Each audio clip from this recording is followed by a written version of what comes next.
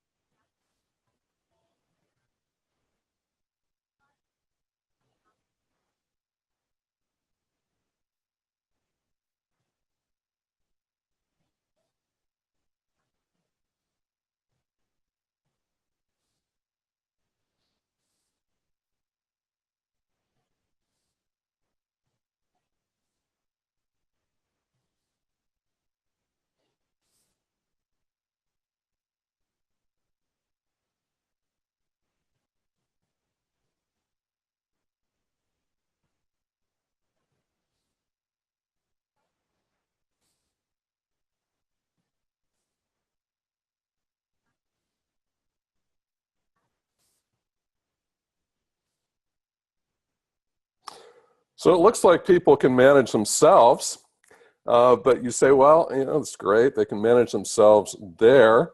Can they manage themselves at work? And the fact of the matter is that a roundabout really is only two simple rules. One is you yield to the people that are already in the roundabout. And number two, you get in the correct lane for the next exit. This little simple diagram is two bent lines. And it's a very special diagram because it represents the entire genetic structure of a fern. And so if you look at a fern at every degree of magnification, at every point in the fern and the plant, it represented by those two bent lines. This is called a fractal. And we see that you know, whether the fern is a tiny leaf or a frond or an entire forest primeval of ferns, you see the same two bent lines everywhere throughout the fern. And the interesting thing about the natural world, where this whole plant is based on two simple bent lines, is that the natural world the physical world raises interesting questions about organizations. And so some of those questions are, can we create organizations where everyone has a voice in matters that affect them? Can we create organizations where women don't have to lean in because they're already in?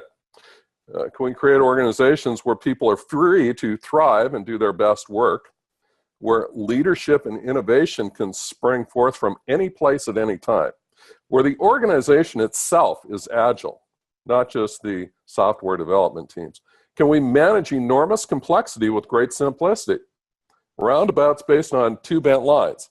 A roundabout is based on two rules. A fern's based on two bent lines. Can we create organizations that are based on great simplicity? And can we out-VUCA the VUCA world? Dee Hock, the founder of Visa, said that simple rules allow for complex, intelligent behavior. And complex rules cause simple, stupid behavior. So can we err on the side of creating ecosystems where we have complex, intelligent behavior based on very simple rules? I'd like to think we can. So in 1990 in Northern California, a young entrepreneur named Chris Roofer was pulling together a core team in order to build a new state-of-the-art food manufacturing facility. And the facility was called Morningstar, and the reason I know about it is I was there. I was the financial controller of the project. We had about 24 people, and our founder gathered us together in the farmhouse out of which we were working one night and said, I'd like to have a meeting and talk about how to organize. And we said, sure. So we met that night in a little trailer. He handed out a document called the Morningstar Colleague Principles. It really boiled down to two things. One is that human beings should not use force or coercion against other human beings. When you think about that rule, it is the foundation of all law everywhere on earth, every country in the world. Every law against assault and battery and theft and burglary and kidnapping and murder and all the rest is predicated on the idea that human beings should not use force against other people. And the second rule was that people should keep the commitments they make to each other. This is also a foundation of law, especially contract law, which would mean nothing but for that simple rule. So we discussed and debated these concepts. At the end of the evening, we simply looked at each other and said, there's no reason not to adopt these. They make perfect sense. They're simple, they're clear, they're universal. And so we adopted them as the entire governance of the enterprise. And in that moment, we became a fully self-managed enterprise. And we went on to go out and construct the factory. So we had lots of work to do. We had hundreds of people to hire. We had equipment coming over from Italy on ocean cargo freighters. We had thousands of acres of tomatoes coming up out of the ground up and down the state of California. And finally, on July 16th of 1990, we threw the switch and we produced about 44 million kilograms, that's 90 million pounds or so, of industrial tomato concentrate for the world market. And we changed the entire cost structure of an entire industry virtually overnight. And we did it without a single human boss. So we adhered to these two simple, clear principles, just like a roundabout, just like a fern. These two principles provided the entire governance of the enterprise. We went on to grow, and we added another factory and then another factory, and we expanded up and down the supply chain toward customers and suppliers with remote warehouses across North America and toward the supply in terms of harvesting, transplanting, trucking, and farming. We became the largest tomato processor in the world. If you're in North America, it's guaranteed that you've eaten our product because it goes into everything in the grocery store, from ketchup to salsa, pizza sauce, barbecue sauce, spaghetti sauce, taco sauce, and all the rest. And we export worldwide, so you've probably eaten our product no matter where you live in the world. And we've done it all without a single human boss. We're now approaching 50% of the market, approaching $1 billion in sales, approximately 5,000 employees, at least on a seasonal basis. So in 2008, we started an institute to promote the ideas of self-management. 2010, Gary Hamel, a business author, came out and wrote a Harvard Business Review article about us, calling us the world's most creatively managed company. So there are some kind of key principles involved in this, and the idea is that we're principle-centered, and it recognizes the fact that human beings have free will. Every single person in an organization is deciding for himself or herself on a minute-to-minute basis what to prioritize next, who to talk to, what to talk about, how hard to work, how engaged to be, and all the rest. People have free will. Let's just recognize that reality. Recognize that people are the ultimate reality. Teams are concepts. Companies are concepts. Organizations are concepts. Only human beings are real. Human beings make decisions and human beings take actions. We're just recognizing that reality. And we recognize the powerful technological and social drivers that are changing the world as we speak. I've already alluded to the tech drivers, but the social drivers are just as important. Millennials and Generation Z and the alphas, the 19 and 20-year-olds, are simply not going to do trivial work for years on end waiting to climb a career ladder and get a chance at a big deal or a promotion or some perk in the future. They want engagement, they want meaning, they want purpose, and they want it now. And we have to create organizations that recognize that reality. We've already talked about managing complexity with simplicity, so 2 simple principles: don't use force, keep commitments. We actually believe these are the 2 most foundational principles of human interaction. Imagine a world where everyone aligned with the idea of not using force. We wouldn't need armies or navies or locks on our doors. We know that's not reality, but that's not the point. The point is, the closer we get to that ideal, the better off we are as human beings, and the better off our organizations are. Imagine a world where everyone did what they said they were going to do. That would be an amazing world to live in as well. And again, we know that's not reality, but the point is, the closer we get to that ideal state, the better off we are as human beings. We also wrestle with this idea of what Gary Hamel called the management tax. That is the direct and indirect cost of bureaucracy, and it is huge. If we look at a startup company, for example, we look at an average span of control of, say, 1 to 10. If we have a startup where we have 10 people, each making $30,000 a year, then they probably have a boss that's making $90,000 a year. The promise of organizational self-management is that we can amplify the already existing management skills of the 10 workers, recognizing everyone's already a manager in his or her own personal life. Everyone decides who to date, who to marry, where to go to college, what to do for a living, whether to buy a house or a car, have children. Somehow they make those decisions on their own without a boss. But when they enter the workplace, of course, they have to have a boss. So management is per se is not rocket science. It's planning, organizing, controlling, selecting, and coordinating. So we amplify the commercial management skills of the 10, and we don't need the $90,000 a year manager, or we can redeploy that person to do something productive other than telling other people what to do. And we've just saved ourselves $40,000 a year, every year. If this company scales by a factor of 10, so we have 100 workers, now we need 11 bosses because the 100 workers need 10 bosses, but now the 10 bosses need a boss at a span of control of 1 to 10. And that person probably makes $200,000 a year.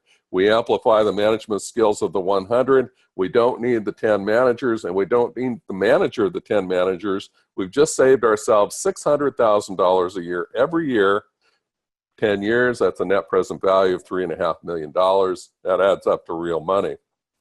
It's also not just an economic challenge, it's a moral challenge. When you are causing people and forcing them to engage in needless bureaucracy, you are literally wasting human life. And it is a moral question as well as an economic question. So, lest you think that this weird agribusiness in California is kind of on its own, I wish to argue otherwise. We are now experiencing what I call a Cambrian explosion of self-managed companies. And the companies that I've listed here are just scratching the surface. This idea of freedom at work and self-management rather than management of others is exploding worldwide. And if you're in the software world, you've probably heard of mental innovations. We've already Sandy talked about Zappos.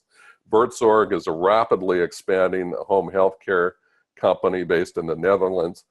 The Haier Group is the world's largest appliance manufacturer, 70,000 employees globally.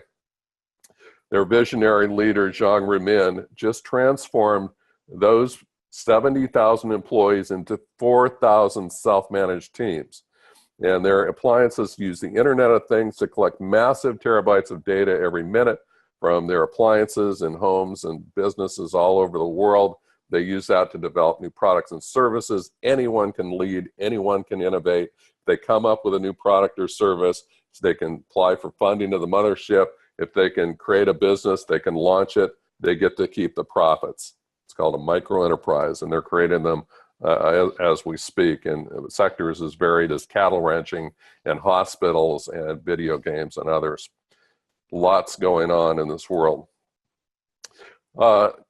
Agile is completely congruent with self-management. Self-management plays beautifully with others. Plays great with Lean, it plays great with Six Sigma, with 5S, it plays with Agile and Scrum, it plays beautifully. And you can just look at the various principles of Agile on the left and compare them to the principles of self-management on the right. So there's absolutely no incongruity whatsoever between Agile concepts and self-management. The idea is to create an entire organization, a networked organization that's entirely Agile, not one where we have kind of an Agile business unit operating under a cumbersome bureaucracy. Like this. That's an example. This is, I believe, a short time-lapse video of how our first Morningstar factory came together. And it was just people creating peer agreements with each other and self-organizing and self-directing. I'm the turquoise dot in the upper left. And we just organized ourselves, like kids organizing a softball team or just a stickball team on the playground. We just came together, we formed agreements around roles and responsibilities and process accountabilities and decision rights, and we decided who was going to do what, and we just kind of came together. This is a completely dynamic formula. We were free to negotiate and renegotiate our roles and responsibilities continuously. It's a completely dynamic formula.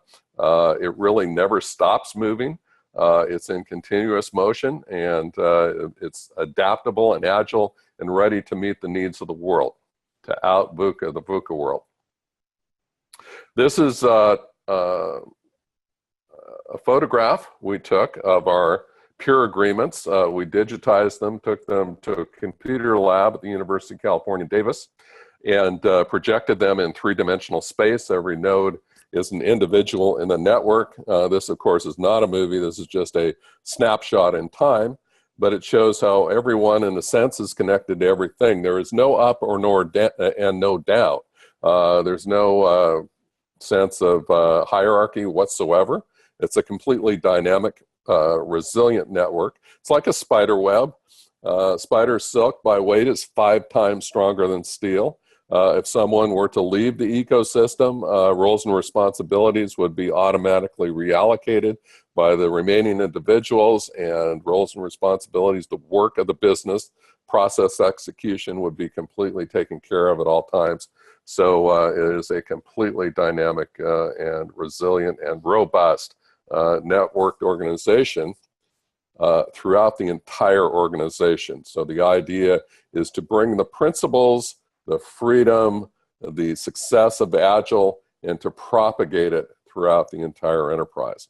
And so with that, I will tap the brakes and bring this to a conclusion. Thank you very much.